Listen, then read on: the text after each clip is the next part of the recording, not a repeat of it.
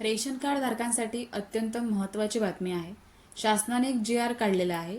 अपात्र शिधापत्रिका मोहीम राबवण्याबाबत 4 एप्रिल 2025 हा जी.आर. आहे. जी.आर. मध्ये सांगितल्याप्रमाणे खूप सारे रेशन कार्ड धारक अपात्र करण्यात येणार आहेत. आता कोणाकोणाला अपात्र करणार आहेत, काय काय सांगितलेलं आहे हे आपण संपूर्ण जी.आर. मध्ये वाचून घेऊया. महत्त्वाचं असं की एक फॉर्म दिलेला आहे.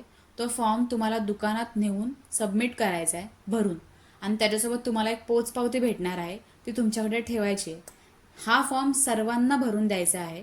तर तो फॉर्म आपण शेवटी बघणार आहोत कसा भरायचा. त्या फॉर्मची लिंक सुद्धा मी डिस्क्रिप्शनमध्ये दिलेली आहे व्हिडिओच्या. तर जी.आर. आहे तो आपण वाचून घेऊया. केंद्र सरकारने शिधापत्रिका शोध मोहीम सुरू केलेली आहे आणि ही शोध मोहीम आहे ती 1 एप्रिल ते दिनांक 31 मे या कालावधीमध्ये दरवर्षी आता होणार आहे. या शोध मोहिमेमध्ये बरेचसे शिधापत्रिका धारकांना अपात्र करण्यात येणार आहे. तर आता कोणाकोणाला अपात्र करण्यात येणार आहे आणि कोण जे रेशन कार्ड धारक आहेत त्यांना कोणता फॉर्म सबमिट करून द्यायचा आहे हे आपण या व्हिडिओमध्ये पाहणार आहोत. तर सध्याच्या शिधापत्रिका धारकांकडून माहिती घेण्यासाठी त्यांनी हा फॉर्म सुरू केला आहे. राज्यातील प्रत्येक शिधापत्रिक धारकाच्या शिधापत्रिकेची प्रलंबित शासन निर्णयाकडून तपासणी होणार आहे. शासन निर्णय जसा आहे त्यानुसार ती तपासणी होणार आहे. वरील प्रमाणे तपासणी करताना त्या विभागातील कार्यालयाच्या कार्यक्षेत्रातील रास्तभाव दुकान म्हणजे जे रेशन कार्डचं दुकान आहे त्या दुकान त्यांच्या मार्फत तुम्हाला एक फॉर्म दिला जाणार आहे. ऑनलाईन फॉर्म असणार आहे तो नमुना फॉर्म. तो तुम्हाला विनामूल्य दिला जाणार आहे. तो तुम्हाला तो भरून त्या दुकानामध्ये द्यायचा आहे. त्याच्यासोबत काही कागदपत्र जोडायची आहेत. ती जोडून तुम्हाला त्या ठिकाणी तुम्हाला तो द्यायचा आहे. तो फॉर्म तुम्हाला देण्याची तारीख सुद्धा त्यांनी दिलेली आहे. 30 एप्रिलपर्यंत तुम्ही तो फॉर्म देऊ शकता. नाहीतर तुम्हाला तुमचं रेशन कार्ड मधून अपात्र केलं जाणार आहे. तुम्ही रेशन कार्ड पुढे वापरू शकत नाही. तुमचं फॉर्म भरून देताना फॉर्मसोबत शिधापत्रिका धारकांनी ते त्या भागात राहत असल्याचा कोणताही एक पुरावा द्यायचा आहे.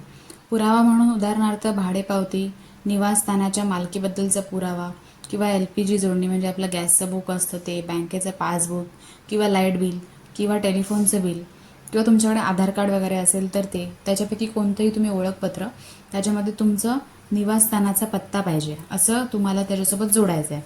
शिधावाटप दुकानदार यांनी संबंधित शिधापत्रिका धारक अंत्योदय अन्न योजना, प्राधान्य कुटुंब लाभार्थी योजना यापैकी ज्या योजनेअंतर्गत लाभार्थी असेल त्या अनुषंगाने शासन निर्णय झालाय त्या अनुषंगाने कागदपत्र सादर करण्यासाठी त्यांना कळवावे. म्हणजेच अंत्योदय म्हणजे पिवळे रेशन कार्डवाले किंवा प्राधान्य कुटुंब म्हणजेच केशरी रेशन कार्डवाले, यापैकी कोणतेही योजनेअंतर्गत त्यांचं जे रेशन असेल तर त्यांना त्या शासन निर्णयानुसार ते कोणते कोणते कागदपत्रे त्यांना द्यावे लागतील हे रेशन दुकानवाले तुम्हाला सांगतील.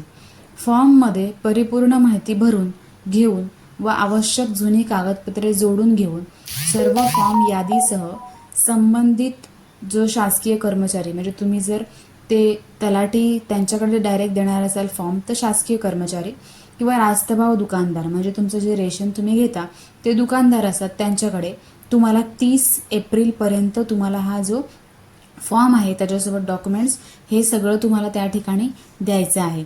त्याच्यानंतर तुम्हाला तुमच्या फॉर्मची तपासणी करण्यात येणार आहे. फॉर्म म्हणजेच तुमच्या रेशन कार्डची पूर्ण तपासणी होणार आहे. हे जे पॉईंट्स दिलेले आहेत ते त्यांच्या ऑफिस यूजसाठी आहेत, त्याच्यामुळे आपण फक्त आपल्याला जे महत्त्वाचे आहेत तेवढे वाचून घेतोय. आता हे आवश्यक कागदपत्रे देण्यासाठी मुदतवाढ देण्याचा विचार करणार आहेत. पण कोणतेही डॉक्युमेंट्स जर तुमच्याकडे काही इन्कम सर्टिफिकेट किंवा दुसरं काही डॉक्युमेंट्स त्यांनी सांगितलं आणि ते तुमच्याकडे देण्यासाठी लगेच नसेल तर ते तुम्हाला तयार करण्यासाठी मुदतवाढ देणार आहेत. पण तुमचे जे महत्त्वाचे डॉक्युमेंट्स असतात जसं की आपला पत्ता राहण्याचा, ओळखपत्र, रेशन कार्डची कॉपी, ह्या सगळ्या गोष्टी तर आपल्याकडे असतात. त्याच्या व्यतिरिक्त कोणतं असेल त्याच्यासाठी तुम्हाला 30 मेपर्यंत मुदत दिली जाईल. तुम्ही फॉर्म देऊन ठेवायचा आहे, पोचपावती घेऊन ठेवायची आहे आणि तो जो एक डॉक्युमेंट्स असेल त्याच्यासाठी तुम्हाला मुदत दिली जाईल. त्या मुदतप्रमाणे तुम्ही तो नंतर त्यांना तयार करून द्यायचा आहे. आता शिधापत्रिकेची तपासणी करताना एका कुटुंबात एका पत्त्यावर 2 शिधापत्रिका दिल्या जाणार नाहीत. पहिले देत होते, आता देणार नाहीत. तसेच अंत्योदय शिधापत्रिकेमधून म्हणजेच पिवळ्या रेशन कार्डमधून विभक्त झालेल्या कुटुंबास नवीन शिधापत्रिका वितरित करताना विभक्त कुटुंबाच्या वार्षिक उत्पन्नानुसार अनुज्ञेय असलेल्या प्रकारची शिधापत्रिका देण्यात यावी. म्हणजे आता इथून पुढे जे पिवळ्या रेशन कार्डवाले होते ते जेव्हा विभक्त होतात तेव्हा दुसरी रेशन कार्ड जेव्हा काढतात तेव्हा त्यांना पिवळं रेशन कार्ड मिळायचं. पण आता तसं होणार नाही आहे. आता त्यांचं उत्पन्न वगैरे बघून त्यांना त्यानुसार जी शिधापत्रिका योग्य आहे ती दिली जाणार आहे. त्याचनंतर पुराव्याची छाननी करताना संशयास्पद वाटणाऱ्या म्हणजे ते शिधापत्रिका देताना ते जे आपले डॉक्युमेंट्स बघतात तेव्हा त्यांना काही आढळून आलं तर पोलिसांकडून तपासणी करून घेण्यात यावी. म्हणजेच पोलिसांकडून सुद्धा तपासणी करण्यात येणार आहे. तसंच विदेशी नागरिकांना एकही शिधापत्रिका दिली जाणार नाही. म्हणजेच विदेशी नागरिकत्व ज्यांचं आहे त्यांना आता रेशन कार्ड मिळणार नाही.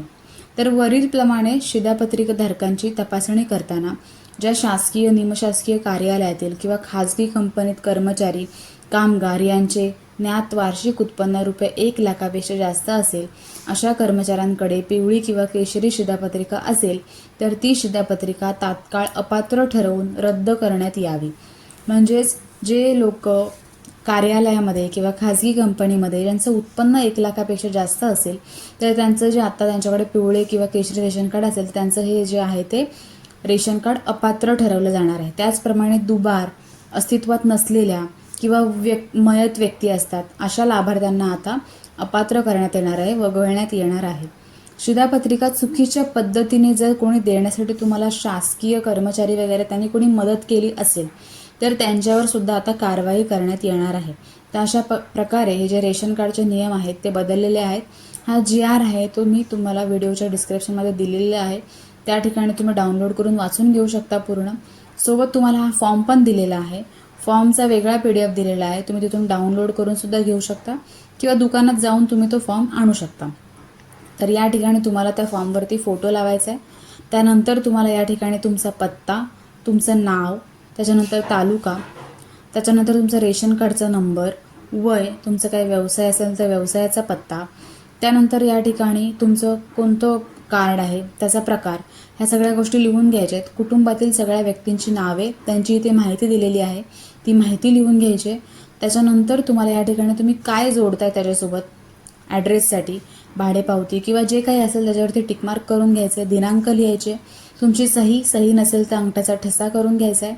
त्याच्यानंतर तुम्हाला ज्या दुकानामध्ये द्यायचं आहे तिथे तुमचं परत शिधापत्रिकेचं नाव, तुमचा तो रेशन कार्डचा क्रमांक आणि या ठिकाणी तुमचा जो घेणारा माणूस आहे त्याची तुम्हाला सही या ठिकाणी घेऊन ही पोच पावती आहे ती तुमच्याकडे ठेवून द्यायची पुरावा म्हणून की तुम्ही त्याला ती दिलेली आहे. तर अशा प्रकारे सगळ्या रेशन कार्ड धारकांना हा फॉर्म भरून द्यायचा आहे 30 एप्रिलपर्यंत.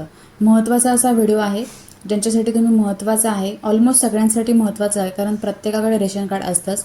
तर तुमच्या कॉन्टॅक्टमध्ये तुम्ही शेअर करू शकता आणि त्यांच्यापर्यंत ही माहिती पोहोचवू शकता.